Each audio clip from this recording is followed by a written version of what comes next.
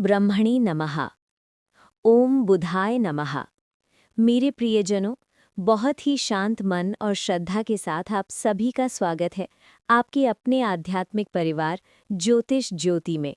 आज हम बात करने जा रहे हैं 6 मार्च के उस सूक्ष्म और गूढ़ भविष्य संकेतों की, जो विशेष रूप से मिथुन राशि के साधकों के लिए अत्यंत महत्वपूर्ण है।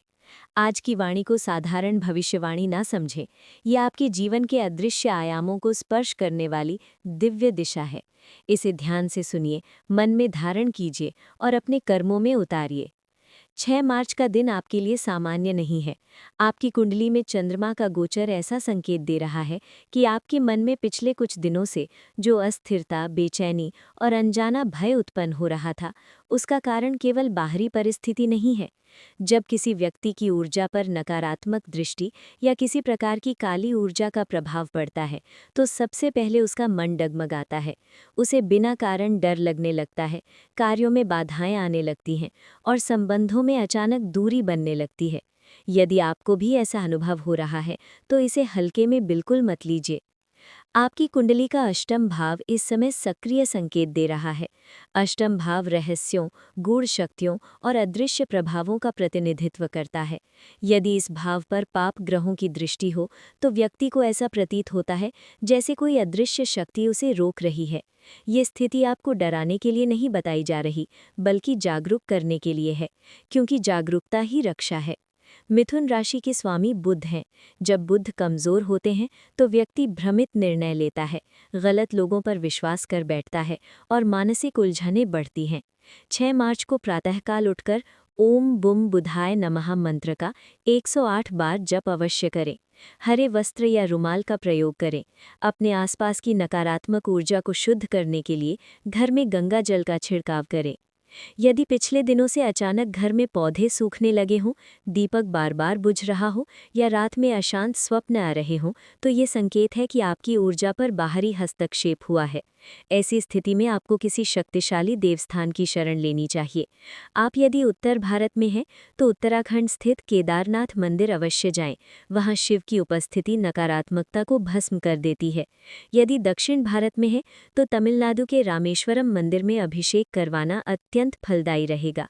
महाराष्ट्र में रहने वाले साधक त्र्यंबकेश्वर मंदिर में जाकर रुद्राभिषेक अवश्य करवाएं। ये भी ध्यान रखें कि आपकी कुंडली का द्वितीय भाव, जो वाणी और परिवार का प्रतीक है, इस दिन संवेदनशील रहेगा। किसी से कटु शब्द ना कहें, क्योंकि शब्द ही ऊर्जा है। यदि आपकी वाणी में कटुता आएगी, तो वही ऊर्जा लौटकर आपके जीवन में बाधा बन सकती है। अब मैं आपको एक छोटी सी प्रेरणादायक कथा सुनाता हूँ। एक बार एक साधक था जिसकी जीवन में बार बार विघ्न आ रहे थे। उसने हर जगह दोष ढूंढा, लोगों को जिम्मेदार ठहराया, पर जब वो एक संत के पास गया तो संत ने कहा, तुम्हारी हार बाहर नहीं, भीतर है। अपने मन को जीत लो, संसार स्वयं झुक जाएगा। उस दिन से उसने हर सुबह सूर्य को जल चढ़ाना शुरू किया, माता पिता के चरण स्पर्श किए और अपने कर्म में निष्ठा रखी। कुछ ही महीनों में उसका जीवन बदल गया। यही नियम आपके लिए भी है। षष्ठ भाव शत्रु और रोग का भाव है। इस दिन हल्का सा स्वास्थ्य उतार चढ़ाव संभव है। पेट, त्वचा या नसों से संबंधित परेशानी दिख सकती है। अधिक मसालेदार भोजन से बचें। बुधवार को हरी मूंग दान करें। किसी गरीब विद्यार्थी को पुस्तक भेंट करें, इससे बुध बलवान होंगे। ध्यान रखिए, यदि कभी भी आपको ऐसा लगे कि कोई आपकी प्रगति से जलता है, तो प्रतिक्रिया में क्रोध मत कीजिए। क्रोध नकारात्मक ऊर्जा को और बल देता है। शांत रहकर केवल अपने लक्ष्य पर ध्यान दीजिए।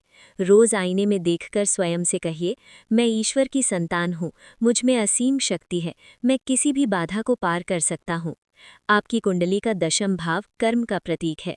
6 मार्च को कार्यक्षेत्र में अचानक कोई पुराना रुका कार्य गति पकड़ सकता है, परंतु इसके साथ ही किसी सहकर्मी की ईर्ष्या भी सामने आ सकती है। सतर्क रहें, पर भयभीत नहीं। अपने दस्तावेज सुरक्षित रखें। कोई भी महत्वपूर्ण निर्णय लेने से पहले माता पिता या गुरु समान व्यक्ति से सलाह अवश्य लें। रात को सोने से पूर्व अपने तकिए के नीचे थोड़ी सी फिटकरी रख दें और सुबह उसे बहते जल में प्रवाहित कर दें। इससे नकारात्मक प्रभाव कम होंगे। घर में हनुमान चालीसा का पाठ करें। यदि संभव हो तो मंगलवार को हनुमान जी के मंदिर में सरसों के तेल का दीपक जलाएं। धन भाव पर दृष्टि डालें तो आय के नए स्रोत का संकेत मिल रहा है, परंतु खर्च भी साथ साथ बढ़ सकता है, इसलिए संयम आवश्यक है। निवेश सोच समझकर करें, किसी के बहकावे में आकर धन न लगाएं। प्रिय साधकों, याद रखिए, ग्रह केवल दिशा देते हैं, निर्णय आपका होता है। यदि आप सत्कर्म, श्रद्धा और सकारात्मक सोच को अपनाएंगे तो कोई भी नकारात्मक शक्ति आपको छू नहीं सकती। जीवन में उतार चढ़ाव आते हैं, पर वही व्यक्ति विजेता बनता है जो परिस्थिति से ऊपर उठकर अपने आत्मबल को पहचान लेता है। आपको बस इतना करना है, ईश्वर में विश्वास, अपने कर्म में निष्ठा और मन में सकारात्मक संकल्प। आने वाला दिन आपको परीक्षा भी देगा और अवसर भी। जो सजग रहेगा वही सफल होगा।